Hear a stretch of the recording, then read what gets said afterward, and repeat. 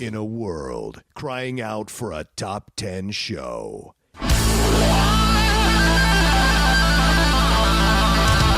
John Roca and Matt Nost are here to bring you the top 10.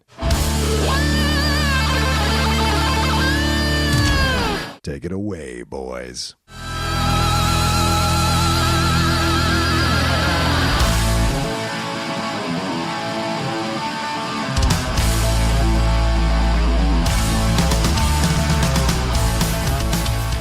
Welcome, everybody, to this week's episode of the Top 10 Show. I am John Roca. I am Matt Nost, staring at the president on a tiny little video screen on my laptop, delivering to the nation that we are in a state of national emergency. Whoop, whoop, whoop, whoop, whoop, whoop, whoop. State of national emergency. What does that mean? Does that mean like martial law, or does that mean like we're figuring, like we're okay and we're going to figure things out? Like, whoa, no. I mean, anytime you declare emergency, it's not like, guys, we got this. It's all hands on deck situation. Oh, okay. Emergency means emergency. Okay. I know for states, it allows them more fluidity with patients and hospitals, and more people qualify for Medicaid. Right, so you can get more people processed through the system quicker without the red tape and regulations of, oh, you can't move this person to here until you verify they have the insurance to move to there. Right. That doesn't matter right now. Just like, let's move them along. We've got too much. We'll go back to bilking you out of trillions of dollars right after this, fucking break from our commercial sponsor. Right. So once we get past this, yep, we'll go back to taking all your money. Exactly. The reason you need us, wink, wink. It's scary, though. But this is. I was talking to Roxy Stryer, and she said on her live feed, you got to drop the last name. It's not like we know many Roxys in common. That's a fair point. Although it would be weird to call her Stryer. Yeah, right. Because I don't really think of Stryer when I think of her. But like she was saying on one of her streams that, and after we'd had this conversation, she said that her grandparents, who are like 80 to 83 years old, have never ever seen it like this, and they've lived through like the Depression and all this kind of shit. And she said that they've never seen a reaction like this by the world, not just by, you know what I'm saying? So this has been an interesting thing to experience. And I feel almost insulated, Matt, because it's Los Angeles, and maybe I haven't ventured out to the grocery stores because I've been working on so many things here at the house. I've been 3 times. Have you really? Well, wow. I went once. Is it nuts? I was out of town a couple days, came back, and went Wednesday night because I just needed stuff to eat. Right. Like my breakfast stuff. Well, I make a smoothie every morning. So I was like, I need bananas. Right. I still have this. And just to go grab a couple things. And we're legitimately out of toilet paper, just out. Oh, okay. And I was like, I'll see what they got. I got 3 boxes of Kleenex. Right. But then just the next, in case? Because we only have, we're down to our last roll. Yeah. That's all they had. It's a backup. Oh. All toilet paper was gone. Wow. They had like 2 of the crappy off-brand paper towels, but you can't flush those, so that's pointless. Right. So Kleenex, we haven't gone to Kleenex yet. We're getting, some toilet paper, but there's price gouging on eBay if you go look. Yeah, I've seen that. Yeah, 12-pack rolls for $50, plus like $30 shipping, and you're That's insane. Are you fucking out of your mind? Right. But people will pay it. Somebody's an idiot, yes. Right. But I would imagine most people will be like, it's going to be fine. Yeah. The reason everybody's freaking out is because we're so interconnected now. So the virus is going to spread so quick. Yeah. And 4% mortality rate, if you add, for 327 million people or whatever the population is. Yeah. I mean, it's pretty high. What is that? It's like 14 million people? Yeah. Roughly thereabouts? 14 million people, then if everybody got it. Right. That's a lot of fuck. That's why everybody's freaking out. 4% mortality rate is nothing to fuck with. Well, that's what I thought when people were like, oh, it's the flu. It's like the flu. I mean, you have no idea what the fuck you're talking about. You're just arguing facts that have been thrown out in the middle of nowhere. There's a vaccine for the flu. We've had years to understand how to deal with the flu. And yes, there were a larger number of deaths with the flu the past year. This is just starting. And so once this thing kicks in, then you can start comparing numbers. And I don't think even really then, because this is, once again, the beginning of this. There's no virus. There's no anything for it. So we don't know what it's going to do. And already no vaccine, rather? Oh, no, sorry, no vaccine, sorry. And you know what you see it's happening in Italy, what's happening in what happened in China. But you got to give credit to China, though. They're starting to slowly get back to where they were. Like Apple announced that they're reopening their Apple stores there in China because they reacted strongly to the whole situation. Yeah, and it took 10 weeks. It did. So hopefully we catch up at some point. But Europe looks to be like kind of scared out of their minds about all this kind of stuff. Well, as we just declared a state of emergency. Yeah, But yeah. it's a matter of time before practically everybody does it, and the whole globe more than likely goes on lockdown. Right, right. I mean, if you look at the breakdown of the mortality rate over the various age ranges, it's like 12 to 19, it's 0.4%. Right. And then at 20 to 29 or something, I don't know why the first one they don't start with what they do with everything else. Right. But there it's the same things like 0.4, and then the next bracket up it's like 0.6. The Right. next bracket up but then after once you get into 50s, 60s, 70s, it starts to jump up to by the end spectrum is 15.8%. Wow. For I think like 75, 80ish and above. Jesus Christ. Yeah. So basically like this is going to be the death knell of the greatest generation. Wow. If we let it run wild. Right. For sure. 15%. That is a shitload of people. I'm kind of crazy because I'm kind of like, oh, cool. I can go to the movies. There's nobody there. I can go to this or that. There's nobody there. Yeah. I kind of like visiting places when they're not that crowded. But then, you never know what place you're going to walk into that might catch you. And the thing is, with my bronchitis lately, my chronic bronchitis I get every time I get sick, it's kind of a little bit, it makes me a little nervous about taking a chance on that kind of stuff. Even though I'm not in my 80s, still nervous. Yeah, but if you're prone to those type of things, it's only going to exacerbate and make your version of it worse. Right. What do you think the hoarding of the toilet paper thing is about? I have no idea. That is so weird to me. Like, do people have... Like, are people going at higher levels than we actually know? Like, the hoarding of the toilet papers, I was surprised by that. Because all the people that I've seen, once again, been 3 times. So the second time I went to Walmart because I was in Burbank, and I was like, let me just shoot over there and see if they have anything. And I picked up some, because we didn't have any, I got some ground turkey and some other stuff. We have tons of rice and lentils and greens and all that jazz. We just didn't have any proteins outside of beans and shit. And then I was like, well, I'll go over to Target after this is right here. And Target had even less. Yeah. Walmart had paper towels still, but no tissue paper, no toilet paper. And Target literally had nothing. Wow. There was nothing as any paper product like that. Gone. I didn't look for napkins. You didn't venture that far out. No, but I saw 3 straight rows that usually are occupied by all those things. Yeah. Completely barren. Wow. And I was like, this is fucking, you guys are out of your mind. Yeah. Do you just assume we're going to go into martial law after this? Like, it's such a weird reaction because, like, I see it in the movies and I think, no.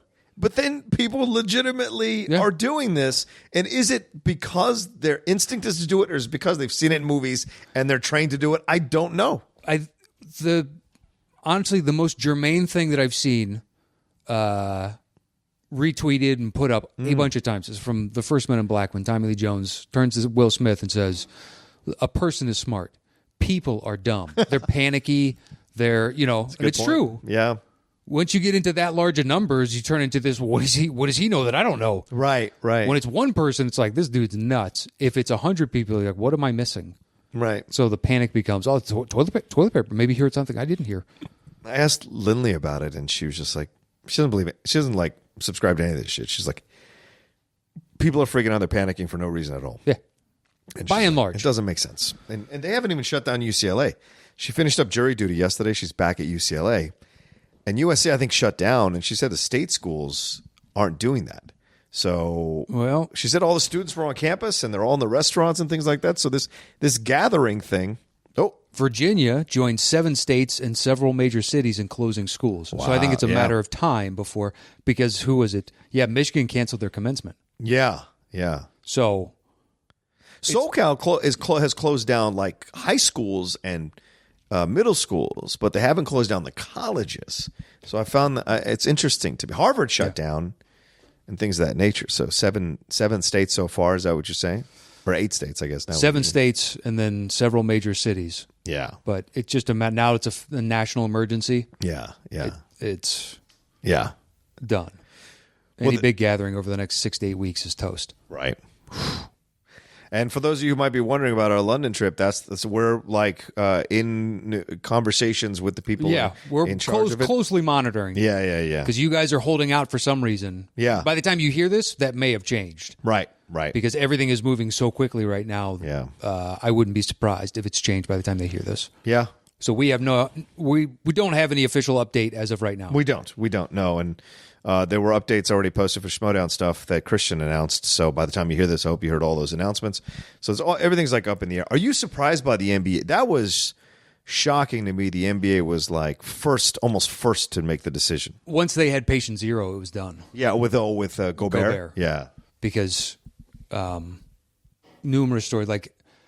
The reason the Pels Kings game ultimately got shut down, their justifiable cover was one of the refs just did the last Jazz game, previously worked at a Jazz game, right?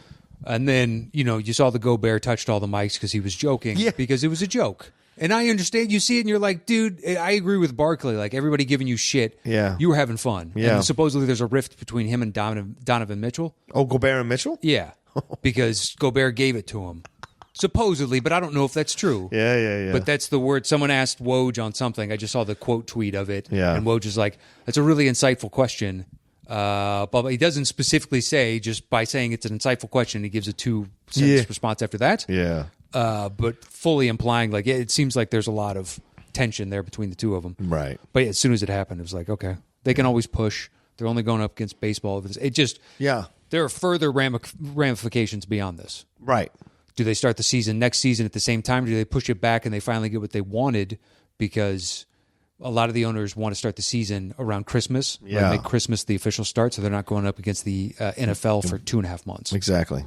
So maybe going forward, now the league would start at X. Right. But they have to finish out the regular season and the playoffs for the revenue, because otherwise they're going to lose like $500 million. Mm-hmm. If they don't play all the games and get all the media, the ad sponsorship and shit, which will kill the tax, or the salary cap next year, and then as it stands right now, I believe the luxury tax will still be adjusted. So now if you were $7 million over before, and now you're $18 million, it's like, well, shit. If I got to pay a repeater tax on that, suddenly I'm paying 20, 30, 40 million that I wasn't anticipating. Yeah, that makes sense. Yeah, it's just like holy shit, and then. When do you do the draft? Is there going to be a summer league? Right. When is free agency? There's a lot of dominoes here because look at the NFL. The NFL's canceling, the Major League Baseball. NFL right now said, all full steam ahead. Yeah, they're canceling the owners' meetings or whatever the meetings they had coming up, but they haven't said anything about the draft, which is at the end of April. And you look at the Major League Baseball, they've canceled the rest of the spring training games, and they pushed the start of the season 2 weeks past where it was supposed to start. So it's a wait-and-see type of situation that they're doing. Like, I'm shocked that the NCAA tournament flat out canceled. And maybe they figured out, like, well, we're about to start it. If we wait 2.5 months, the kids will be cold. They won't have been in playoff shape or whatever, plus school. So I guess that's why they cancel it. But I would delay more than I would cancel. Yeah. But maybe there's just that one is the weirdest because the others can just delay. Right. And for them to make the cancel, ultimately, technically, they're doing what they should do, which is protect the student first. Right. Good point. Yeah. And it's surprising from the NCAA that they give a flying fuck about these, kids. Yeah, because it's a big part of the NCAA tournament, men's tournament specifically, is a massive part of their budget. It's $1 billion enterprise yearly for them. Yeah.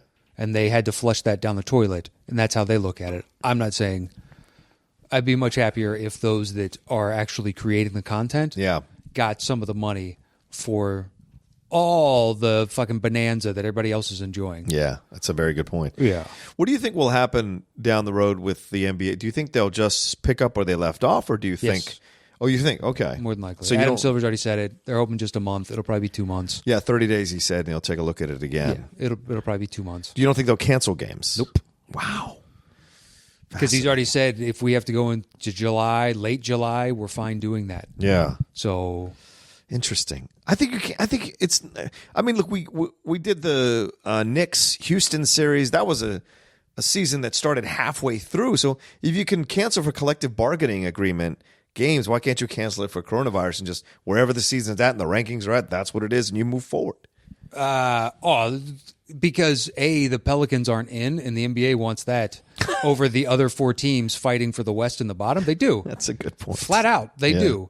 But it's just They can't give up the revenue, man. It's just not going to happen. The difference between those two is the last time both sides were saying "fuck you," and this time both sides are saying "fuck that," because we can get this money. Yeah, we're not fighting about who gets what. We just got to get this money. And there's supposedly a clause that I was just reading today, a clause in the collective bargaining agreement that the owners could initiate or whatever, and the clause would allow them to not pay the players because of the coronavirus situation. Yeah, it's called the force majeure rule or whatever it is. But it's in essence, because you haven't played the games, we're not going to pay you for them yet. Right. But they're not going to do that. God, I hope not. Why would you? Yeah, why start a war there? Exactly. It doesn't make any sense. You are going to have a big enough one coming with the new CBA. Yeah. I just hope that the teams pay their workers, because the workers are not working because... Yeah, no, I think by and large, every team ultimately will. Okay. I want that to happen. But the domino is already happening, so eventually it becomes a cheap billionaire? Right. Come on. Yeah. I wonder about rent, though, man. I mean, I wonder about these people who are being forced not to work or not to go in, or their buildings are shut down. Are people who, you owe rent to, are they going to be understanding of the situation? Or are they going to start evicting people? I don't know. I wonder about this stuff. So we'll see in the next few weeks. It's kind of crazy, But that's why you tune in the Top 10 show, though, is to take your mind off of this shit. We just thought we'd address it. Well, it's a little hard when everything's happening. Exactly. When everything is just happening right in front of you. It's all unfolding.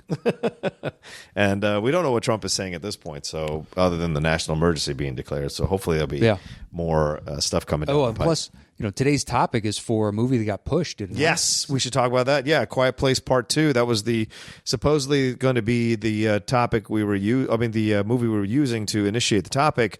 But so many things got moved. I talked about it as we're recording this. Talked about this morning on Mornings with the Outlaw. You had Quiet Place Part 2 get moved. Fast 9 got moved a whole year. There's a number of other movies. Mulan's going to be moved now. New Mutants is moved again. Mm-hmm. Something called Antlers, their horror movie that Searchlight was going to do, that got pushed. So there's a number of movies that are getting pushed here at this time. But Black Widow is not getting pushed, and a lot of people think Black Widow is not getting pushed because of it's connected to Disney Plus, and so it's the whole MCU would have to literally shift. When is the release date? May 2nd. They're hoping that we get a little under control by that time. Yeah, that's around the 2 month ballpark, so it could still happen. Yeah, they've got time. But the guy who heads the whole thing said it would hit its peak in July. This thing, if we don't get on top of it sooner, so we'll see how that goes down. That's a whole other fucking thing. Anyway, Quiet Place 2 got moved. It did. It got pushed. We still stuck with the topic because we've had enough shit to deal with this week. Yeah. So actually having to sit down and go, okay, what can we replace it with? Right. I didn't even think to do that. I was like, this is the topic we're doing. No, we're doing this topic. Yeah. Let everything else get pushed. We're maintaining course. Unfortunately, it's apropos of nothing. Yeah. So enjoy the topic of TV actors turn movie stars. Yeah, we did this because of John Krasinski becoming, in essence, slowly but surely becoming a movie star, and also his work directing these two films. Apparently, it got great reviews. And I'm jealous that the people got to see it ahead of me because there was a screening that was set up for this Monday that I was going to go to as we're recording this, but there was a screening before for other members of the press a week ago, and I couldn't go to it, and I'm mad that they all got to see it before I did because I hear it's great. And so I was looking forward to it, but now we got to wait till whenever this whole thing dies down. And I do think the box office will bounce back like crazy. If people willingly walk away from something, that's something else. But Americans, when you take something from them, they get real mad. And so when it comes back, they come back with a force to support it and patronize it or whatever. So I think the film industry will eventually be fine. It's just going to take a hit for the next couple of months. Yeah, ultimately. Yeah. But it's going to be a down year for them, just like it is for a whole bunch of other people. Yeah. But it's not for us because we're still doing the show, and we're going to have a little fun. So, well, I mean, you can still, listening, can enjoy us in your home as we record this in a home, and, we limit going into large crowds. Although movie theater, if you go at the right time, it's dead. Yeah, true. In the middle of the day or first showing. Yeah. So you could probably still get away with that, I think. I mean, those huge IMAX theaters, I might steer clear of. Yeah. for any kind of big movie for a little while because it's just there's so many seats. But these places are all saying that they're hiring extra cleaning crews to clean for real after like every showing. So we'll see how much of that really goes into effect. But if you're a cleaner, man, this is your time to literally clean up. Like you would probably get overtime, make double time. You could probably set your rates if you wanted to at this point. Well, I mean, probably not around here because there is no actual outbreak. Oh, you mean around Los Angeles? Yeah. Yeah, well. But other cities, for sure. Yeah. New York. Like what's going on in New York and all that jazz. Yeah. Certainly. So we wanted to count down the top 10 actors turned movie stars, and there's a lot to choose. Matt, I was really surprised how many there were to choose from. There's a stupid number to choose from. Right? And it's impossible. We should have narrowed this down. We should have narrowed this. We should, because I have a list of legitimately like 15. Yeah, 15, me too. Full on, and honest, I should go further. Yeah. But there are other people who are just like, it's not the same thing, like in my head. Right. But even in that, where I created like as tight a definition as I could. Yeah. It's like, well, fuck, man. There's legitimately my last couple were just there's 5, 6, 7 fighting for the last 2 on my list. Mm-hmm. I just made a decision ultimately, and I didn't change it. I just like I'm going with it. Fuck it. Yeah. I don't care. Yeah. I'm in the same boat. I've got 17 or 18 that I had overall. And like you, I went through a bunch of lists, and there was some that I was like, oh, I really want to put that on here as even an honorable mention, but it's not quite there 100%. So, yeah. Yeah, I wrote down every person I could think of and or find. Oh, wow. And then I went through a bunch of them's IMDb's and be like, because it's all,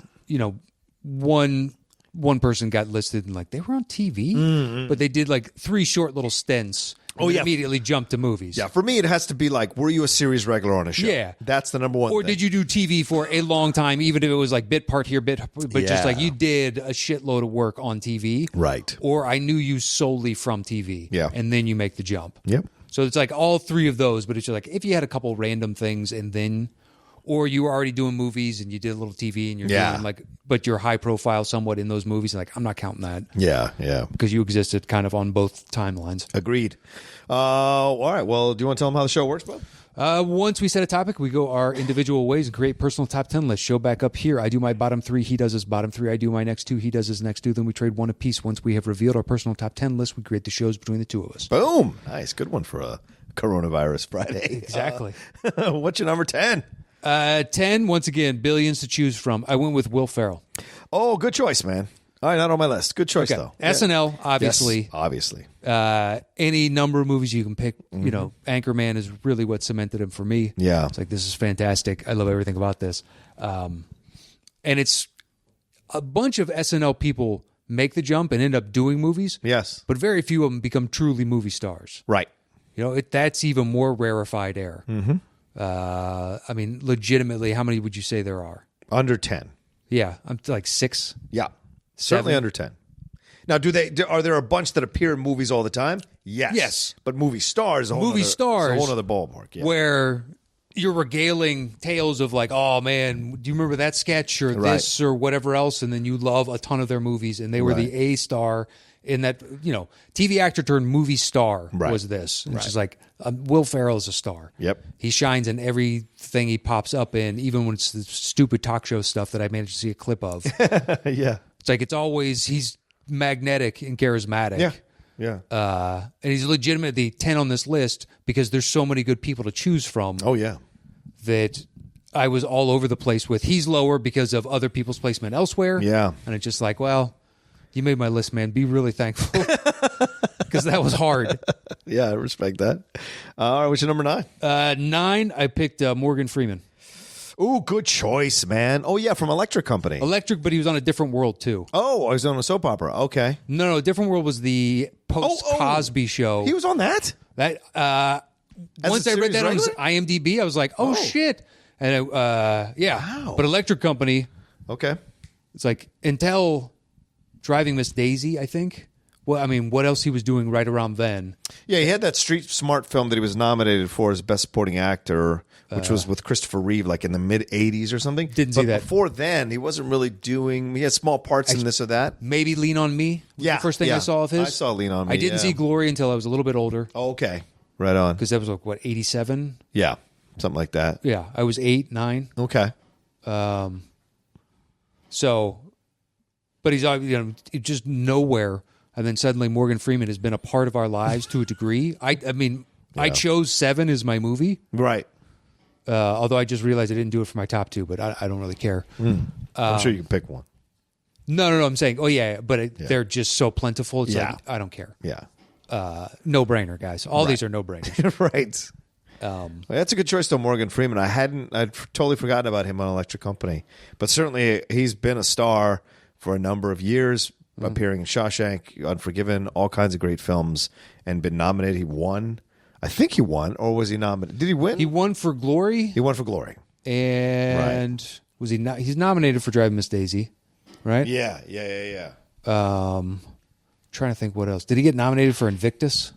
Oh, maybe for Invictus, too. Yeah. That seems to make sense as a Best Supporting Actor. Yeah. Yeah, for his Mandela.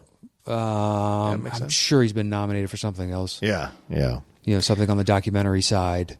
Right, He's for the March voice of the Penguins. Yeah. He's done just so much. I mean, he's just an indelible part. He's the voice of God, for Christ's sakes. He certainly isn't Bruce Almighty. Yeah. Well, but like when he plays the president and all that stuff, every time we've all conditioned ourselves to believing that. They're like, yeah, that seems about right. We're all fine with it. We're like, okay. It's funny how that works, right? It's like, oh, yeah, we're cool with it. I don't have a problem with it. I like Morgan Freeman as God. Makes sense to me. Just this sonorous, booming voice. I mean, James Earl Jones would be another. Yeah. It's like, oh, yeah, that's a commanding voice. Yeah. You could say Brian Blessed, but he's a little over the top. Yes, he can be, yeah. Yeah. Great voice, though. Oh, he does, yeah. Just a powerful, booming voice. Absolutely. Flash Gordon and the Shakespeare movies with Brana. Yeah. Phantom Menace, he's the heavyset Gungan. Yes, that's right. I always forget he's in Phantom Just the over the top. It was great voice casting. I've known who he was just from his voice because I didn't watch Flash Gordon, but I saw him on something, and he's always stuck in my head. He stays, doesn't he? Yeah. Like he's in Tarzan as well. He's the villain. He's the voice of the villain guy. And he's got a great voice. Yeah.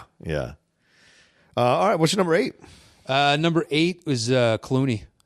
Oh, nice. Dude, that was my final cut. Was it? I wanted to put him on so fucking bad, but I was like, his star's kind of falling a little bit. He's not really out there doing much. And maybe these other ones I feel like had a stronger impact overall. So it was a tough cut. He was originally on that list, and eventually I had to move him down. He is. I looked at his IMDb in like the past 3 years. It's been mostly Nespresso shorts. Yeah. Legitimately. Because he's doing also that tequila company, which he sold for millions of dollars. Yeah. That you still see the trucks around L.A. Mm-hmm. Is it Casa Hermanos or something? Yeah, Casa de Hermanos. Yeah. Okay. Something like that, yeah. Good choice, though. Look, he seems like the coolest fucking guy. Yeah. Legitimately. Yeah. Just, he seems like it'd be a lot of fucking fun to hang out with. Right. Great personality, can deliver a joke and take a joke. Yes. And he's a ball buster and does practical jokes. And the stories you hear is his friends saying he is genuinely magnanimous and just a kind individual. Yeah. It's one of the times where I genuinely believe that, he plays pranks, and be like, I bet you he does. Yeah. I bet you he does. There's a story. I heard Greg Proops tell it one time that Ryan Stiles was shooting Who's Line, and he walked outside to smoke a cigarette. And Clooney was going past on one of those golf carts because he was shooting something on the same lot. And he had 2 suits, 3 suits, like all surrounded him on and he just goes, "Hey, Styles," and fucking gives him the bird as he goes past. And you're like, come on, that's fun. That is fun. If that doesn't make you laugh, then we can't be friends. Just hey, Styles. Like, but it's also a recognition of course I know who you are. Right. And I know you'll appreciate this joke. And let the record show Matt did the middle finger is what Clooney does. I don't know if it was a double bird because I heard it. I can't remember where I heard that story, but it always stuck with me. Just the fuck you. And you're like, dude, Clooney sounds like the best. I do that with any of my close friends. Yeah. Everyone says that. That's he's one of the best dudes to know. And he's like so supportive and giving and like goes out of his way for all kinds of people there in Hollywood. So, because and he's humble about it. After he made it, like his 6 or 7 friends that helped him the most, he cut them all checks for $1 million. Wow. And paid the taxes on it so they cleared $1 million. Jesus. And in essence, they couldn't say no. He would not let them. Right, right. It was not, this isn't some pity. This is, you helped me out more than you could ever know. Wow. And this is I can more than afford to do this, please. Right, right. It would make me happy. Yeah. As a thank you. And you're like, I mean, wow. Yeah. What a dude. Yeah. And it was crazy because I remember him from Facts of Life, Oh, yeah. but he had the previous ER show that I never saw. I saw that show with Elliot Gould and Mary McDonald. Yeah, a Yep. comedy ER, whatever. And then he came back around when he was on ER initially in the lead up, and I was like, wasn't he on? Yeah. That's a dude from Facts of Life, right? Like the late seasons. He just Yep. showed up. Yeah. With that mullet. Yeah. And all these years later, even though he doesn't work as much anymore, that is a movie star. True. That's why he makes my list. Yeah. That's a star. Yeah. It's a fair point. And man. he had a hell of a TV career. He did. He did. My number 10, and this is so shocking because just shocking to me, is Eddie Murphy. Oh, dude, that's a punt. Yeah, okay, fine. Because I'll tell you my reasons when we get there. All right, my number 9 then is Will Smith. That was a tough cut. Yeah, cut for you, huh? I went through his IMDb because you start stacking it up against other people's. Yeah. And you're like, yeah, but I love this dude. He's got like 5 movies I love, and you have 2, maybe 3. Yeah. You got a bunch that I like, but love is a different animal. For Right. me. See, I think but he was the top movie star for like 3 years. Oh, 100%. So to me, that once you're at that level, you've achieved that level, there's Yes. a certain level of consideration. And now he's making a comeback with all these other films he's got coming out. And Fingers crossed. yeah, hopefully. Yeah. And he's been received really well. Like he was best part of Suicide Squad, in my opinion. And then, That's not saying much. well, but then he's It's like this end of the turd doesn't smell as much. Okay. Well, it still smells. That's still fun to watch. Still getting a waft from the rest of it. And there was something else he was on, or another film he did recently that I really enjoyed him in. I can't remember it right offhand. But, there was a run where he was like just untouchable on all this. Like even Hitch, I'll defend Hitch, was a fun movie. He literally controlled the 4th of July in summer. Yep. The biggest holiday weekend because he had crushed it so many years in a row that nobody wanted to counter program against whatever the fuck Will Smith was putting out on, July 4th. Right, And right. potentially winning the summer with that movie. Yep. Just like, there's no point. Let's pick another weekend. Like, Yeah. that's impressive. It is. How could I forget Bad Boys for Life? That's the one that I'm thinking about. He just had that one come out in January. It crossed $200 million domestically. That's insane for a film. It is insane. That far removed from the second installment. And those old two, and Martin Lawrence ain't putting butts in seats like he used to. Is that really the reason for the insanity, though? Is it the length of time? You don't think it was the quality of the product previously didn't really merit A third one? a third one? Are you insane? Perhaps the third one is when they got it right for the very first time. I haven't seen it. You're insane. You're insane. The first one is fantastic. It's really The not. second one is not good. The third one is great. It's a lot of fun, the third one, because it evokes the first one really well. Oh, look at that. It's a lot of fun. I'm just telling you. That's the equivalent of, well, he tried. No, that is not. It is. That is not. You've seen it fail, and you're like, wow, he's still. What do you see? Oh, a cinematic masterpiece from Bad Boys for Life. You're looking to have fun and enjoy the film. And it does. It works on so many levels. $200 million. So, yeah, I'm in the minority Yes. for correctly thinking that there's no reason we needed a third and now a fourth. They've already started pre-production on a fourth. Yes, no they have. fucking reason. Yeah. I don't know what they're going to call it, because they used the 4 life already in the third one. So we'll see. Yeah, what they exactly. call You took the fourth. 4 away. Yeah. I don't know what you call it. Bad Boys go fourth? Bad Boys for real? Oh, for real. I like that. Yeah, of course you do. For the last time. Yeah, well, that's what they have to keep the 4 now going. And the 5th one is for the last time. For real this time. For real. For one final round. For one final round. There it is. It just never ends. For the Senior Living Center.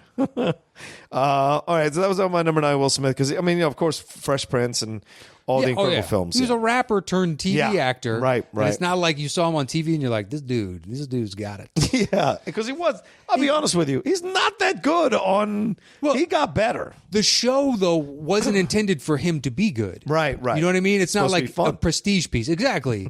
It's just supposed to translate his general likability. Yes. And they turn it into a TV show that, like Family Matters. Right. Family Matters would have like a serious one every once in a game, but by and large, it was Urkel sliding into the room. Yeah. Doing his little catchphrase. Yeah. And trust me, I was a sucker for it. I loved it at the time. But to see him then propel on, don't worry, it's allergies. Oh, Jesus Christ. Well, you coughed earlier. We're all so, dead. We're both dead. Potentially.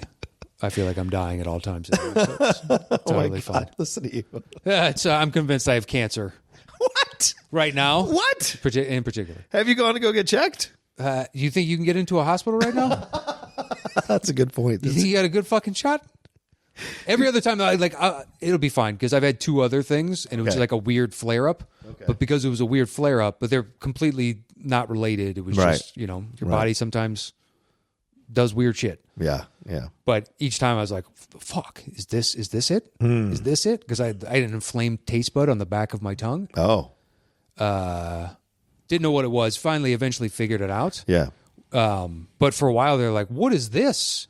This isn't good. Like, it hurts when I swallow for 3 weeks straight. Ooh, that sucks. Yeah, just waiting to get in to see a doctor. She's like, this can't be good. And wow. Eventually, she's like, no, it's just this, and this. Try changing these things. And then I tried one just to try it, and it ended up being the one thing. Oh, good. Yeah. Oh, that's good. This was an easy fix. I used to chew gum in my sleep. In your sleep? I think I started it after I quit drinking because it's a shot of sugar alcohol. Uh-huh. And my body just liked having the sugar right before I went to sleep because I was used to getting so much sugar from drinking. Right. So I got used to, I'd fall asleep. It never fell out of my mouth. I always woke up with it. I never once had a gum accident. Yeah. And I would just kind of chew it and fall asleep with it in my mouth. But I guess the sugar alcohols were sitting on the back of my tongue and inflaming it. Yeah. And eventually just got to the point of like, this is dumb. Now, if you're having sex with Kath, do you take the gum out and then put it back in? Well, I stopped it years ago. Okay. So it hasn't really been a problem. But she did think it was weird at first. Of course she did. It is a weird thing. Honestly, it crept up out of nowhere, and it helped me fall asleep. And well, I was used to falling asleep drunk every night. Yeah, no. So when you quit that, better than gum. I mean, better than drinking. I did Tylenol PM for the first 6 months. Oh wow! I take a couple of Tylenol PM just to ensure that I'd fall asleep. Right. And then eventually, I, cut that off cold turkey, and then the gum habit just kind of developed naturally. You developed a nasty. I did it for like a year and a half, 2 years. That's awesome. I've never heard of that before. Trust me. And I've never done it since, and I don't know why I did it, but I did, and became a comfort and helped me fall asleep. And natural thing. Yeah. Did you have certain flavors that would help you sleep better? Fuck yeah, dude. Are you kidding me? You have that kind of habit? You develop taste. This is genius. Okay. It is Orbit Sweet Mint. It's like this mint, like this bright green packaging. Yeah. But it is fucking choice. It is my gum of choice. I now buy the stuff because I like having gum just if my breath turns bad. I keep it in the car. Mm-hmm. Like I came in with it because I knew there's a chance, and just to freshen it up a little talking bit. Hours. Yeah. But it doesn't. I buy the stuff now that don't have wrappers. The Orbit has wrappers. So you just end up with fucking wrappers everywhere, and it was a lot of needless trash. But I don't chew near as much gum anymore. Yeah, that was a weird habit. Mm-hmm. But yeah, I'd hunt out who had the best prices, and I'd buy the 5-pack multi-pack, and I'd buy like 4, 5, 6 at a time, and that lasts me a long time. Yeah. But still, that's brilliant. Yeah, hunted out. Been to Spartan Finals. I knew the Costco's that carried it. Yeah. Although when I moved eventually over to a different area, that Costco didn't keep it. So then I'd go somewhere else, whatever. It was a thing. It was a thing. This is brilliant. I love it. All right. Then my number 8 is Bill Murray. It was a tough cut. Wow. It was a tough cut. Wow. I am shocked. I am too, actually, because I think I screwed up and put Will Ferrell instead of Bill Murray. Oh, okay. That's fine. Once again, there's 15. Yeah. And if anybody wants, I can count out the number that I wrote down. They're all in contention. It's a page and a third. Wow. Typed out with no header or no border at the bottom. So it's a full fucking page. Damn. And then a third down. There's a lot of choices. Yeah, there are. Yeah, there are. Once I hit 20, I stopped. I was like, all right, 20. These are the 20. And I went through multiple lists and other suggestions and looked through recent stuff. And I was like, nope, nothing's cracking these top 20. So I'm just going to leave it here. Okay. But yeah, Bill Murray was my number 8. I just think because at the time, crossing over from SNL wasn't, to be consistent with it, wasn't always like Chevy had 2 years. Aykroyd had a year. Yeah, I wouldn't consider Chevy for this list. Yeah. Aykroyd I wouldn't consider. Exactly. But Bill has been still going on for multiple decades and has been through multiple iterations of Bill Murray, right? Yeah. There was the smart alecky Bill Murray from the 80s. And then the 90s, kind of like every once in a while, like What About Bob? Those kinds of things would pop in. Yeah, well, you got your Groundhog Day. Yeah, Groundhog you got Day, your right. Scrooged. Yeah, exactly. There's kind of like a little more Showing mature more comedies. And then, more heart. And then eventually the older Bill Murray, and you're seeing Lost in Translation, the more dramatic Bill Murray, things of that nature, still able to do it like he does in Zombieland and in the sequel. Oh, yeah. When he needs to call in it, he always has it. But like you see a more introspective Bill Murray as he's older, and that's fun to watch as well. So just the fact that he has transitioned in the way that he has and has maintained the success for multiple decades. Yeah, like was it Life Aquatic? He's good in that. So those kinds of things, you just got to give him. Rushmore, for God's sakes. Every Wes Anderson. Yeah, that he shows he's up in, and he's always good. Yeah, And then like the little side, the St. Vincent. Right, the St. Vincent one. I enjoyed that. Mm-hmm. Some of, in my opinion, Melissa McCarthy's best work. Yeah. I did like you in Can You Ever Forgive Me, though. I thought that was actually good stuff that she did. I don't know if you saw that one. Oh, yeah. Yeah. I didn't think it was Oscar worthy, but I thought it was a good film. Yeah. Now I thought she was good in it. The English guy whose name I'll never remember. Oh, Richard E. Grant. There you go. Yeah. Which Kids, if you can't picture him, he was in The Last Star Wars. Yes, he was. I thought he was excellent. Yes. Not to take anything away from her, but he got to float in and be such a bright focus, and then he would float back out, and she has to carry the weight of this. Right. And ultimately, I thought the movie was good, not great. Okay. It's like it's an 8, and there were 10s that year. Yeah. Type of thing. I respect that. Yeah. But yeah, that was my number 8. What's your number 7? 7 is Denzel. That's a slight punt, but a punt. Okay. Yeah. What's your 6? I know, dude. You start getting into these upper. 6 is Leo. That's a punt. Okay. Yeah. I'm fine with that. I don't care where. Like, legitimately, because I think I make a different list tomorrow. Yeah, right. Exactly. Yeah. My number 7 then is Michelle Williams. I tried. Yeah? It's going to hers was another IMDb, which is like, how many of these do I love? That's fair. It's personal taste. Yeah. You've been in a lot of stuff that I think is really good. Yeah. But not many that's in the constant rotation. Mm-hmm. It was a close one, though. She's in my 15 cut list. I had to put her in. I mean, one for recency stuff, but also because, Dawson's Creek. Who the fuck thought all these? I know. That's why she almost made my list. Right. There's one that should make your list. Yeah. And I legitimately almost put this individual on because I was like, I fucking hated his TV career. Yeah. But the fact that he made the jump to do this, amazing. Yeah. Flat out amazing. Yeah. So with her, I mean, it was just like you didn't anticipate that happening, and then she did it. And then she's progressively made some really incredible films. Boo Valentine, My Week with Marilyn, what she did with, I thought she was good in Greatest Showman, what she's done in multiple other films and different comedies, dramas, whatever. She's always revered. And what she just did winning that Emmy for the Bob Fosse show. Oh, yeah. I forget what it was called. I know what you mean. It's on our list of, oh, shit, we should give this a try. Oh, yeah? I haven't watched it yet. I loved it. We tore through it in 2 days. Werner Fosse? Verdon Fosse. Fosse. Yeah, Verdon Fosse. Yeah. Or Fosse Verdon. No, it was Fosse Verdon. Fosse Verdon. And that series was incredible. And so, yes, it's a TV series, but it was shot like a film series. Yeah. It looked like every episode felt like a film. So to me, those are the things that she's able to do so well, so effectively. And she's legitimately a star. People give her stuff and whatever. And she is always successful at it. So I think she's definitely deserves to be on the list. 100%. Yeah. It's just. Anyway, what's your next one? Yeah, my next one is Clint Eastwood, number 6. Well, that is a punt. Okay. What's your number 5? 5 is the punt we previously just brought up, but it was the perfect timing for it, which is Clint Eastwood. Yeah. Dude was, Rawhide. Yeah. I've never actually seen it. I just know it exists.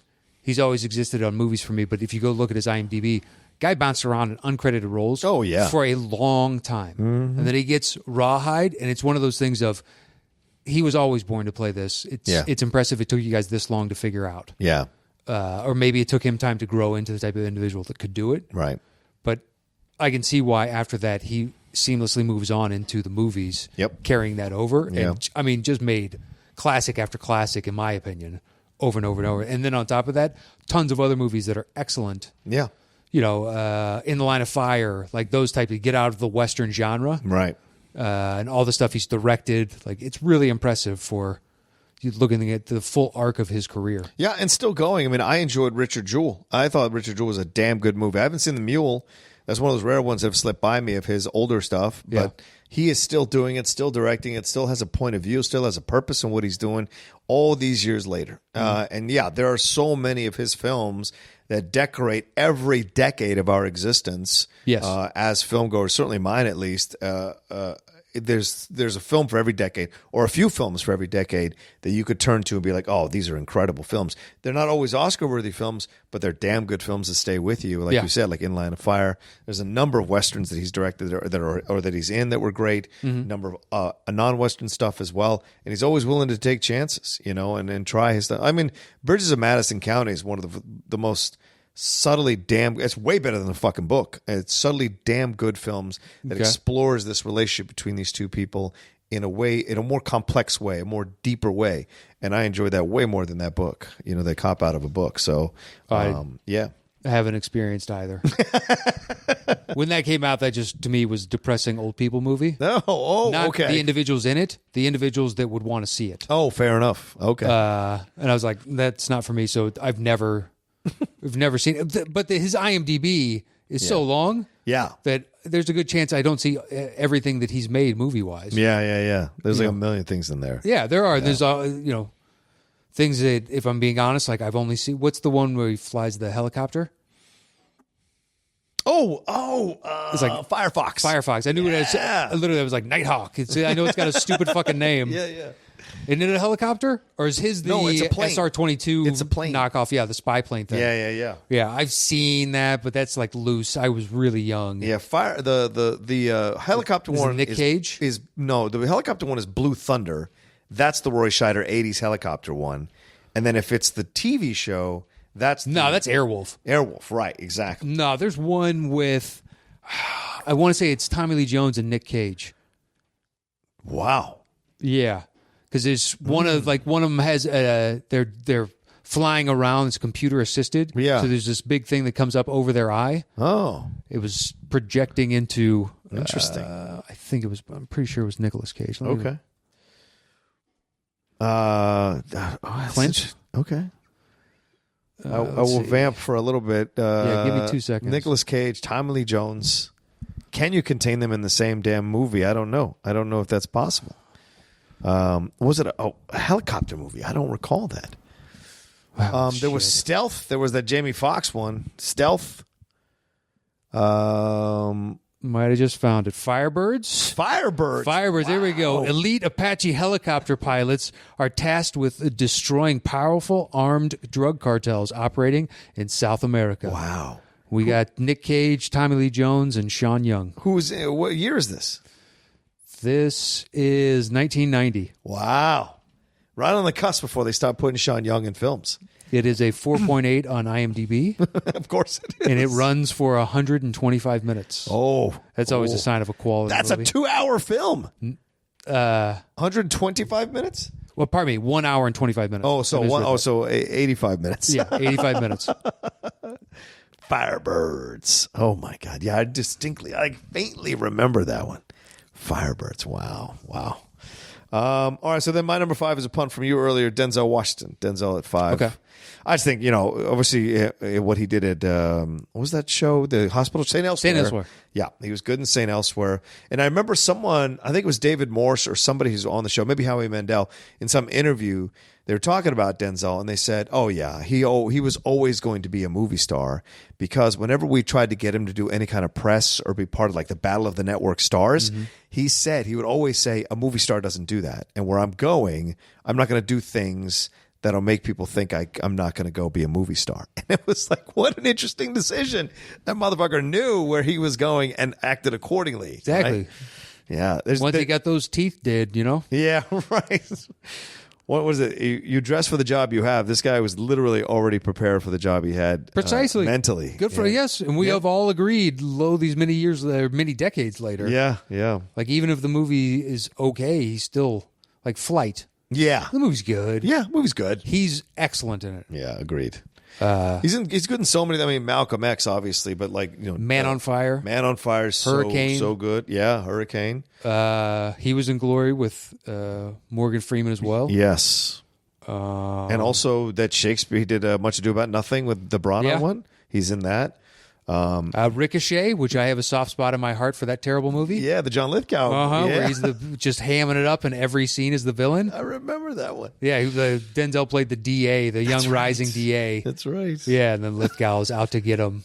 They have that fucking telephone book padding prison fight Lithgow does with somebody else. Just ridiculous. Was Oliver Platt his friend in that movie? No, Who was his friend in that movie? Kevin Pollak. Oh, Kevin Pollak. That's I believe. Right. Oh, man. I remember Ricochet. Hell yeah. Yeah. There was so much he did. There's so many interesting vehicles he did going through Virtuosity. things. Virtuosity, yeah. I kind of like that movie, even though it's terrible. What's the principal one he did where he was the principal? Or isn't there a school one that he did? I thought there was a school. What, the Great Debaters? The what? That's a debate. No, the Great Debaters. Oh, I'm sorry. I'm thinking Remember the Titans, where he's like he's head coach. Yeah, he's like in charge of these kids in a high school. Yeah, that movie's me. Oh, you're insane. I love that movie. I've watched it a lot of times, like a fucking boatload of times. Wow. And you still don't like it? You've watched it that much? It's just so manipulative. Well, of course it is. That's a story. But it's over the top. It's like everyone, they got it dialed in just perfectly. Yeah. This moment, boom, come in, big strings, and here's the race relation subplot with these two characters, and then the new kid, and then boom, strings come in again. And like, okay, I get it. So it's effective. It's really good at what it does. But it's engineered to me. All the things he did is building his career up. It's just been fun to watch. And then now he's at that kind of veteran status where when he shows up with something, you hope the movie is as good as what he's going to do, you know? And Inside Man, he is great in Inside Man. And in Mo Better Blues, you know, things of that nature. I like The Equalizer. Yeah, The first one was good. Second one was okay. Yeah. But yeah, you love to see him and stuff. You enjoy seeing him and stuff. 100%. And he's great to talk to. So great to talk to, man. And like looking at... I was looking at Will's IMDb, and he's got one projected to come out about 70s mobsters that ran Harlem. Oh, wow. And his character is someone that the New York Times dubbed untouchable. Like interesting. But it's all about black crime families in Harlem in the late 70s. Yeah. Well, that's another one. He did great work in American Gangster. Yeah, I'm saying maybe there's a part in there for Denzel as another... I don't know. I don't know how far along they are on that. I just saw it on his, and I was like, oh, interesting. That could be fun. All right, what's number 4? 4 is Jim Carrey. Yeah, I didn't make my list. I'm not surprised. Yeah. Go ahead. Not surprised. He's got 2 movies. 3 maybe. Dude, he's got so many more than that for me. Okay. For me. Okay. I get it if his over-the-topness isn't everybody's cup of tea. Right. But he's got so many that I just flat out love. That he's making my list, and he's going to make it high because the rewatchability. And he went from, failed TV show in Duck Factory. Oh, yeah. He had that movie First Bitten, but I didn't see that until after, I believe, I saw In Living Color. Right. And then to make the jump from In Living Color, it kind of legitimized that show on some level. They made a movie star off of it. I think that's the biggest irony of In Living Color. This was made to highlight black comics, and yet the white comic is the one that really came out and blew up like crazy. Yeah, Keenen Ivory had his time and whatever. But Damon still works and works consistently. He does, but none of them reached the Carrey level. No. Yeah. Well, but... It's not they couldn't. Eddie had done it. Yeah, no, I think it's just, when a person has something, they have it type of thing. Yep. It's just, we all agree for whatever reason. Right. Yes, this individual... and that one we all agreed on by and large. It's unquantifiable. Yeah. Him, I mean, I expected David Alan Grier to have a more not to say he's had a bad career. The guy's been working consistently. Yeah. And he's worked on Broadway and done TV and movies, but I always just assumed he was going to break out. Yeah. Because he was so good. Damon had like a little bit of a run, and I was thinking he was gonna Last Boy Scout. Yeah. I thought he might jump. Bulletproof. Yeah, with Bulletproof Adam Sandler. With Sandler. But there were a number of things that I thought he might jump to that next level, but didn't quite get there. And Keenen tried. Oh Lord, Keenen thought he was a movie star like crazy, and really was not. And so worked pretty consistently. He did for a while, for a little bit. Yeah. Yeah, I'm sure he took care of his money, and he's just doing just fine. He's just chilling out, and he's got his fingers in different pies. He's got a production company that I'm sure is working on a bunch of good stuff, and yeah, he's good to go. But yeah, the high water marks for me. Look, Ace Ventura 2, Dumb and Dumber is an all-time classic for me. I will watch that until the day I die. Yeah. And be happy that it's on. So for that reason alone, and I loved In Living Color. Yeah. I loved and hated it because it was, I want to say it was the last TV show that I could watch at that point in my life before I had to go to bed for school the next day. Oh, okay. So it was coming on. I was so excited because I loved the show, and it also made me sad every time knowing that as soon as this ends, I have to go to sleep. Right. Or I have to go to bed at least. Just like, oh, this is so bittersweet. But he was my favorite part on all of that. And when he made the jump, I was so excited. Yeah. Yeah, I definitely give Ace Ventura. I love Ace Ventura for sure. I like Liar Liar. And of course, Eternal Sunshine of the Spotless Mind, Truman Show. But, it's what happened afterwards. It seems to be like he rarely pops up and does anything of note. And I tried watching that Kidding show. It isn't for me. Me either. Yeah. And it's just sad. I enjoyed him in Sonic. He's good in Sonic, but it's like that, yeah, you still got this gear. Can we see this gear a little bit more, See, I don't think he ever lost that gear. He picked projects that didn't succeed. Yeah. Just consistent. Like the same quagmire Will Smith's been in. Yes. The same quagmire that a bunch of people, Will Ferrell, too. Yeah. Very few were Tom Cruise. Yeah. Oh, right. Yeah. Good point. Where they're just consistent. You know exactly what you're getting from a Tom Cruise movie. Yeah. But it's rare. And it's good. It's a good Tom Cruise movie. My number 4 then is Jennifer Lawrence. See, she was on TV before. Right. She was for 100%. For 2 seasons. Yeah. The Bill Engvall show. That to me fell it's at the lower end of the spectrum of TV. Because she made the jump so quick and she became so acclaimed so quick. Yeah. Just like, I don't know. To me, you were always a movie star who happened to have just a day job for a little while. Gotcha. Well, for me, I think that makes it the case all the more incredible because it was lower end TV. So for me, to make the jump to this level, Oscar level talent consistently that quickly is pretty incredible. Yeah, that quickly, and earn it. By the way, she absolutely earned it. I mean, Silver Linings Playbook is a great performance from her. I think she's great in American Hustle. Certainly good in Winter's Bone. I even thought that Joy film, she was all right. And then carrying a franchise like The Hunger Games and then, of course, X-Men as well. So it's pretty incredible what she's been able to do. The tail end of X-Men is not great, but she's good in the first 2 movies. She fully checked out. Yeah, 3 and 4. Did not want to be there. Yeah, no, she didn't. That's why they were. She was happy to get killed in the last one. So, yeah. Which I don't care if I'm spoiling because it doesn't really fucking matter. It's never going to do anything. It's a lame duck film, so who cares? It'll get rebooted. And exactly. Fucking all of it will get completely done again. Yeah. We're going to get another origin story for these fucking characters all over again. It'll be 3 years later, but we'll get it. Yeah, it's a matter of time at this point, not if. 100%. I mean, she is massive. And to make that I honestly, that should have figured into my calculus because she made that quick a rise to everybody agreeing, no, she's excellent. Yeah. Is really impressive. I think the next 2 or 3 years are going to show us where she lands because the last 2 or 3 years, she hasn't been received very well with her performances. Yeah, she picked some weird films like Red Sparrow. I get the point, but the overall thing of it, and people were starting to pick apart her acting and saying like, we see the ticks or the same role over again. She does the same thing over and over again, which of course nobody seems to give a fuck about with Tom Cruise, but they do with her for whatever reason. And so people push back against that. So, I think what she's accomplished is incredible. And this is a woman with talent that will be around for a long, long time. But there was a point at which they made fun of Cruise for only having a couple gears. Yeah. It happens to tons of actors. Right. Very few people are Daniel Day-Lewis or Tom Hanks or Meryl Streep or, De Niro or even De Niro and Pacino, they get shit. Yeah, now, for all the stuff they do now. It's just like, why did you do this? Like, this just seems like, I don't know, because I wanted to. And you're like, because I could. Yeah, it's his choice. Yeah. All right, what's number 3? 3 is the punt from earlier, Eddie. Okay. 3? Dude, because he flat out, like he was the biggest star in my world for a decade. All right. Without a doubt. Okay. And to this day, like Coming to America is another one where... Yeah, you won't catch me fighting you on that. Yeah, it's an all-timer, flat out for me. And if you don't get it, I genuinely feel bad for you. Yeah.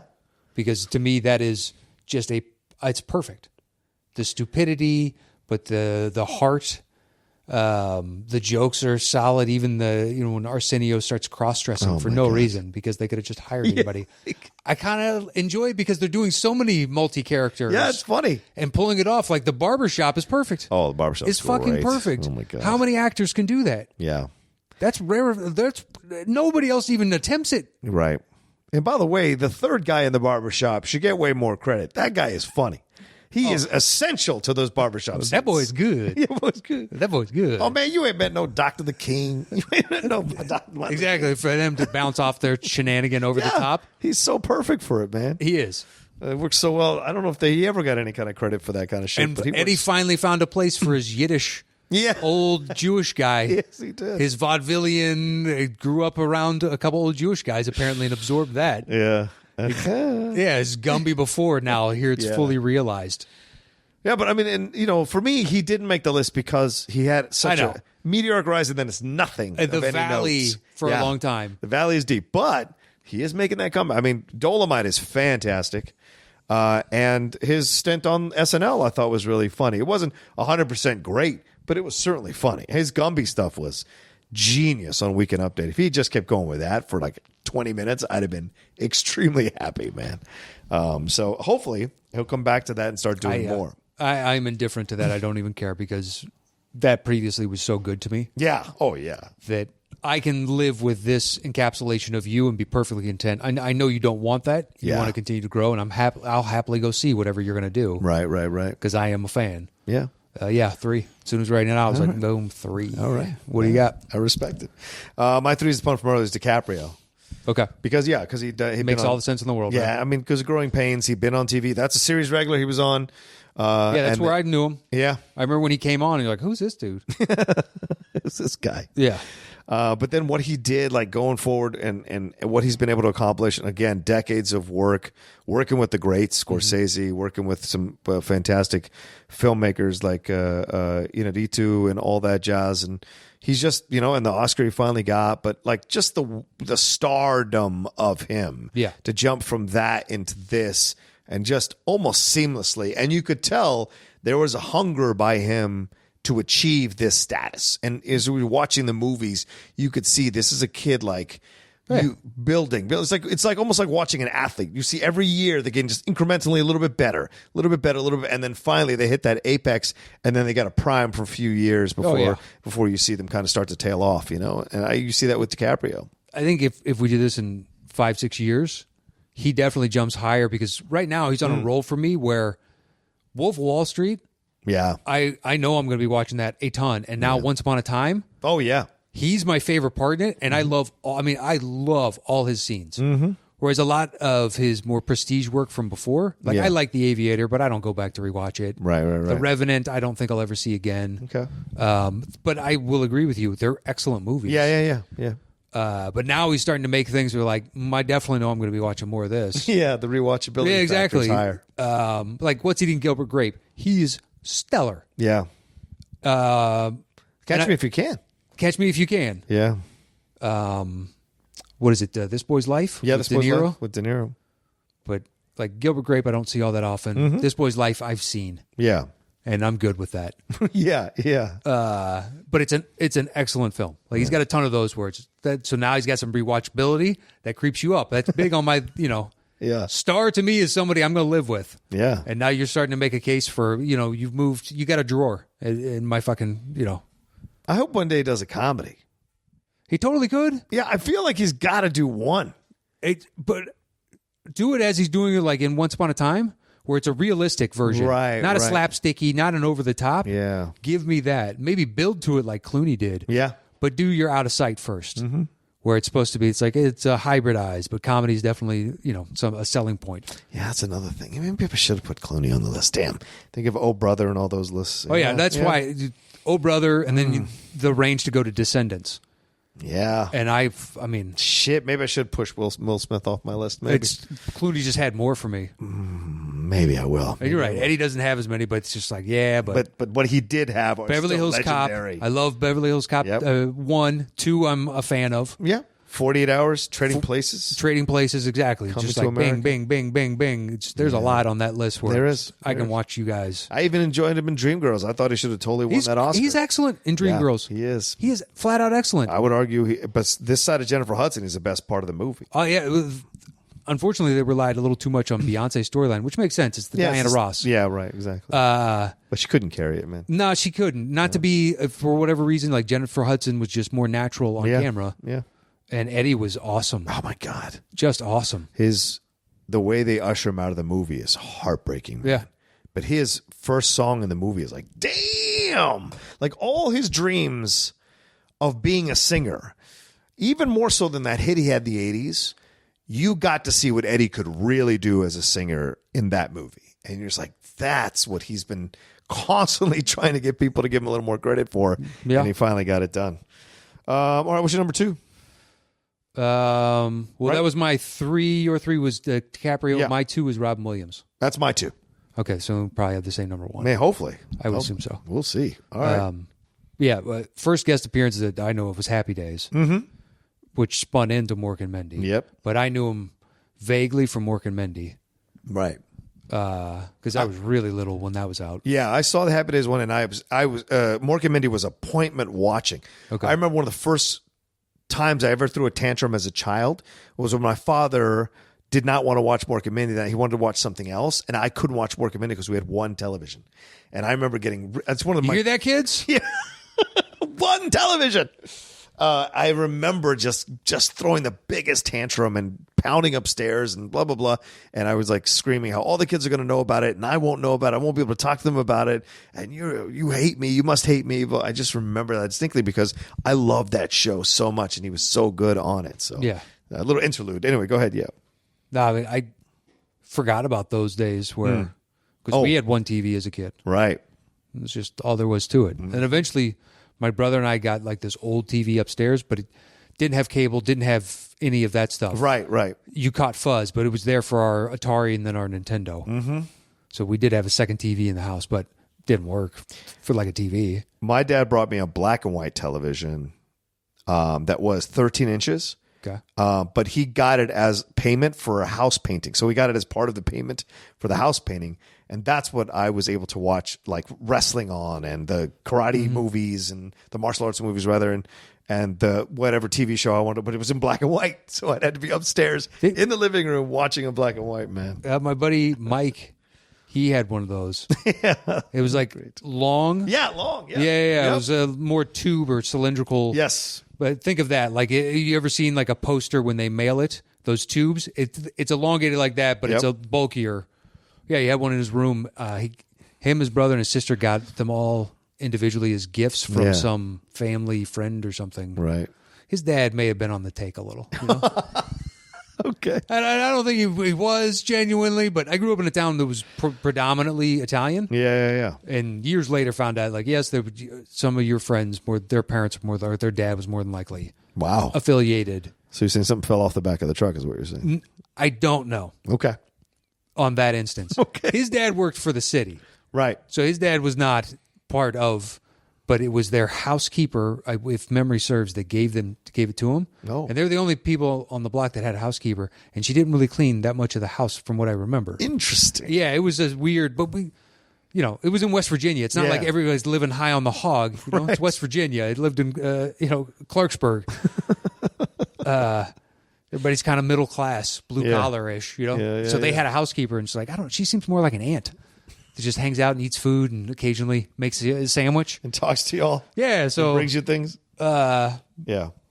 But anyways, those the old black and whites, the days of one television. Yeah. Now I stream shit on my phone using the knobs. Yeah. Right. Now you just whatever you can do it on your Fitbit or on your fucking or whatever. Oh, for real? The Apple Watch. It makes whatever. sense. I've never owned one. I don't see the point personally. Yeah. I agree. Rob Williams, all the myriad of comedies that he did, but also the dramatic stuff, obviously with Good Will Hunting and everything that he did on the dramatic front as well, was so fantastic to see his work and see him progress as an actor and to still be able to do the stand-ups that he did. Those HBO stand-ups are still incredible to go back and watch. And then, of course, the sad ending that he had. But overall, just one of the best to ever do it, to make the transition for sure. And with an Oscar, for God's sake. So, And earn it. Yeah. Like, flat out, this wasn't some, hey, you've been doing great work, Oscars, and we should have given you one for 5 other things. Yeah, or you played you played yourself, and we're just going to give you the Oscar for it. Or you pulled off this one part so amazing, and then since then, it's like, you've been good, but I don't know if you ever got that height. Right. Thinking of a couple people in particular. Like Awakenings, he's fucking fantastic in Awakenings. He is. Yeah. He is. I even like the schmaltziest worst of it because it's him, like Bicentennial Man. Yeah. It's a bad movie. It is, but he's good in it. He is. I feel for that fucking robot, man. He's such an earnest actor, and no matter what you watch him in. Yeah. Even in the villain stuff, like 1 Hour Photo, he's good. Fucking Insomnia, he's fantastic in Insomnia. Yeah. So, like, his ability to play these different characters, And then do different Patch Adams. Yeah, and do Patch, right? And look, is it good? It's a heartfelt. You know exactly what it's trying to do from the outside. Whether or not it works for you is the question. Right, exactly. But they're not reinventing the wheel here. Yeah. It's a fine movie. He's got a bunch of those where I'm like, I know what you're saying, but because it's him, man. Yeah. So I will still watch it. Now, I've never seen RV. And like a bunch of his later work I'll skip on that one. I did not see. Right. And it's nothing against him. It's just like, you didn't make that for me. So why do I need to watch that? Right. It always pops up in the weirdest places in films. Like in that Brana sophomore for Dead Again, he's the weird psychiatrist who works in the meat pack. I don't even remember. Yeah. Brana goes to get in, ask him about this murder. Okay. And he's a former psychiatrist who went off the deep end.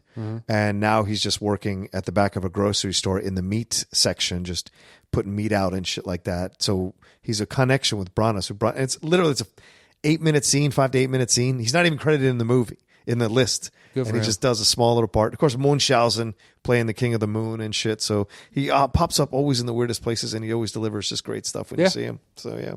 What was that movie he did where he was like a fireman in Chicago or something and then moved down to the Caribbean? You mean Club Paradise? Or Club, yeah. Wasn't he a fireman somewhere in like maybe the Northeast? Uh-huh.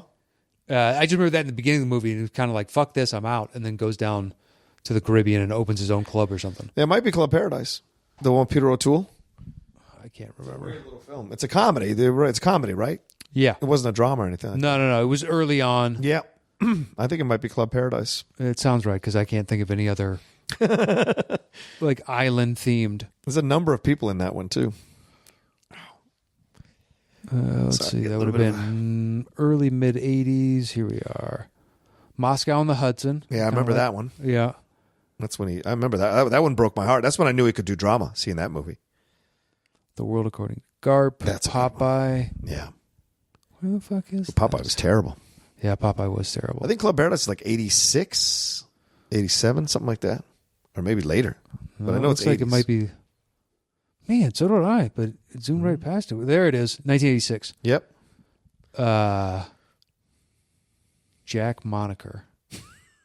Good name, Jack Moniker. A retired Chicago fireman partners with a reggae singer to turn a seedy Caribbean nightclub into a resort for affluent tourists. Yeah, who's the reggae singer? Was it T.K. Carter? I don't know. I don't remember. I got O'Toole, Rick Moranis, Jimmy Cliff, Twiggy, Eugene Levy. It was probably Jimmy Cliff, the fucking reggae singer. For real, Jimmy Cliff. It probably was Jimmy Cliff who played the character. How funny. Yeah, probably. Yeah, I would guess you are right. Yeah. All right, so then our number one is probably the same. I hope so. Tom Hanks? Tom Hanks, yes. Coronavirus victim Tom Hanks. I know. Like that's... For the sake of more people, it's probably best that someone like Tom Hanks got it first among celebrities. Yeah. Because that's somebody that everybody will find out about. Yeah. And it makes it real. Well, someone tweeted that. It's like, as if the coronavirus, I feel like the coronavirus went after Tom Hanks to let you know, hey, man, this is real. Yeah.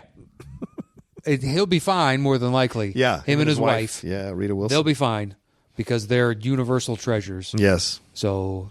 Hey guys, maybe we should take this seriously. But if he died from coronavirus, oh dude, the world would go instant insane. Lockdown. Yeah, instant lockdown. Legitimate in this country, in any country that has watched any of his movies. Yeah, that has the same type of emotional connection to him, because that is one where it's tough to find an actor that will pass that have like the impact that Kobe did here in Yeah, L.A. right. Tom Hanks could do it nationally. Yes. Internationally, even. Internationally, yes, but Certainly but nationally. Nationally, guaranteed certainty. Like everybody will be upset about that. Yeah. There'll be a few if it was just sudden and abrupt like that. Yeah. Anybody that's on our list on some level, Yeah. there's a good shot that they could have that reaction. That's a good point. It's a good point. Yeah. But he's rarefied air. Yeah. Because he just seems like everybody's like dad, uncle. He's the everyman. He's our Jimmy Stewart. He's legitimately our Jimmy Stewart. Just seems like a pleasant. Yep. He's very fun. Even the messages he sent out since he contracted the virus have been playful, but still serious, and you respect that, And he even said, like on the second message, "There's no crying in baseball." When he was telling people, "Don't worry about us. There's no crying in baseball." Blah blah blah. So I thought it was brilliant. He's just very funny. But yeah, Bosom Buddies being the TV series that he was on with Peter Scolari, and then jumping off of that into films like that you would have never thought this guy could be an Oscar-winning actor. Films like Bachelor Party and the start of his was not in no way did you see this dude is going to hit an echelon that very few people manage to attain. Right, where everybody agrees they're excellent. We all enjoy their work. Yeah. We all go to see it. Man with One Red Shoe, Dragnet, even Turner and Hooch. These are just like throwaway comedies. Middle of the road. Yeah. And then Big. And Big, right. Big is the one. Big cemented him. Right. Of this guy can appeal to a mass audience. Yes. And pull off the comedy and the heartfelt, the drama. Right. Be able to toe both those lines. And then from then, it was just one after another after another. Yeah, Philadelphia, Forrest Gump, Saving Private Ryan, Castaway. Yeah, Castaway. It's one after another for a long time. Right, and then he gets into directing with That Thing You Do. He does From the Earth to the Moon. The Earth to the for Moon, right? HBO Starts producing stuff. Yeah, makes a bunch of interesting. Band of Brothers is him and Spielberg. Right, and that's Pantheon level TV. That's a fucking great show. Man. It is. I go back and rewatch it every 2-3 years at this point. Wow. Oh, I love it, man. Yeah. It's another one of those things of just like I love mountaineering stories or movies about that. It's all the stuff that I'll never do. Mm-hmm. So it's very interesting to me when you get a genuine peek behind the curtain. Yeah. So like I didn't have to experience that, and you see enough of it so you can get an understanding. Yeah. Of what it may have been. You try and approximate it in your mind. Yeah. It's nothing like experiencing it, but it'll do. Yeah, it was the closest I'm ever going to get. Yeah. I'm never going to be running through a trench on D-Day trying to secure, fucking these heavy artillery positions so the Germans stop shelling the beaches. Yeah. I'm never going to go through that one. Hope not, man. But watching them storm it and the fact that they now, I know this from this, but they teach it at West Point. Yeah. How that specific group went through and took out, these gunners. And the tactic is still taught to this day. Yeah. At least as of the production of those, that TV series. Right. Just like, that's fascinating. That's fair, man. All right, well, there's our separate lists for the top 10 TV actors turned movie stars. Now we're going to put this thing together. I'm going to go get the bongos real quick while we put this thing together. All right, so 1 Tom Hanks, 2 would then be Robin Williams. Where'd you have Eddie? Eddie was 10. Oh, that's right. Well, then you're DiCaprio at 3. Otherwise, we got Clint at 5, 6. I would say 3. Yeah, 3, 6 for Leo is better. Okay. Eddie is 310. Clint is 5, 6. Where's Denzel? Denzel is 6. 5 for me. 5 for me. All right, so I would think Clint, Denzel, then Eddie. Okay.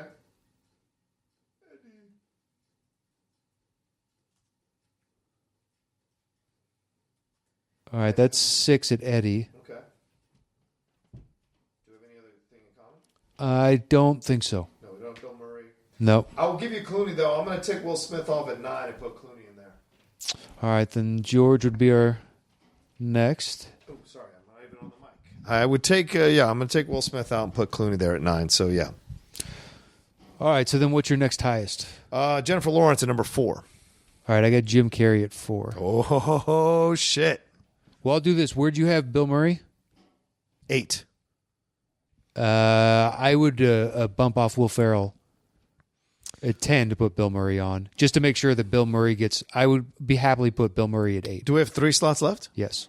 So you're saying Bill Murray at 8, and then between the two of us, one gets 9, one gets 10. okay. Well, since that's Bill Murray, you can take the 9. Okay. I give it to you. I give it to you. Just want to make sure that's clear. We heard you. I'm giving it to you at 9. Ow! So I'm having a weird Achilles thing happen on my right foot. I apologize. It's like there's a lot of pain. It's burning a little bit. So if I make noises, that's what's happening.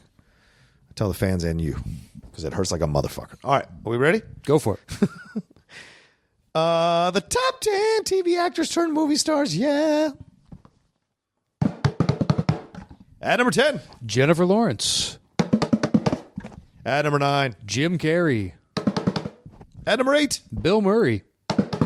at number 7. George Clooney. That was bad. At number 6, Eddie Murphy. at number 5, Denzel Washington.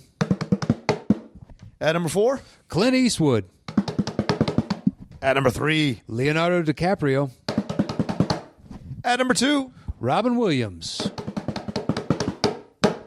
and our number 1 TV actor to a movie star is. Tom Hanks. That's right. There's no crying in baseball. Tommy H.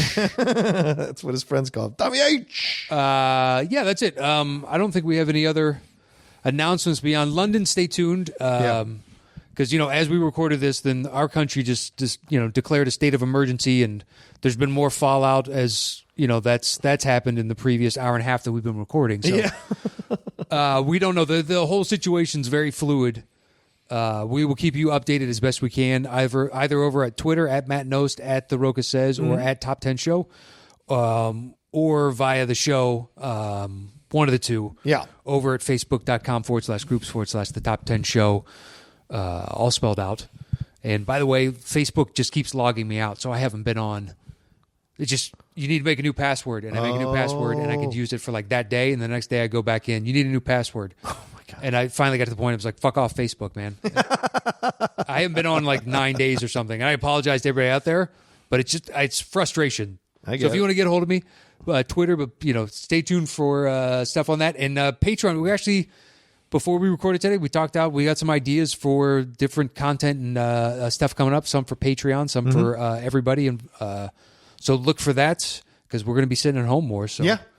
With all the stuff going on. So, and definitely go look at all the tiers we got there at Patreon. Sign up, support us, and you'll be at home. So you want more content from us. So come and support us, increase our numbers, get us up there. And we want to generate more and more content for you all to enjoy for me and Matt. So please go and sign up at the Patreon if you haven't done so before. Or if you've hesitated before, go and give it some love, and we'll do some stuff. So, and then we had talked about that before. Do you want to tell them about removing that for the tier? Yeah. Go ahead, yeah. Yeah, for Topic Thunder, since, whatever, we're all sitting at home, we may end up doing more content and all that jazz. We're going to open up Topic Thunder to the $5 level. Yeah. So if you're a patron right now and you donated that, you'll get a shout out, and you can now participate in Topic Thunder. So go over to Patreon. We put up the email address where you can send in topics and stuff to listen to the show over there. And just hit us up at patreon.com/the top 10 with the number 10. And our thanks to everybody out there that supports us. Stay safe out there. Wash those hands. Try not to touch your face that much. And, get some rest, eat healthy, do what you can. Absolutely. And like Matt said, follow me at Matt Knows, follow me at The Rocha Says. If I may, please follow or subscribe to the YouTube channel. I've been doing all the content on www.youtube.com/John Rocha Says. Would appreciate your support. And Matt has that podcast. Yeah, let's search for Embrace the Hate anywhere and check out Dropping Dimes over Collider. There you go. All right, we'll see you next time for another brand new episode of the Top 10 Show.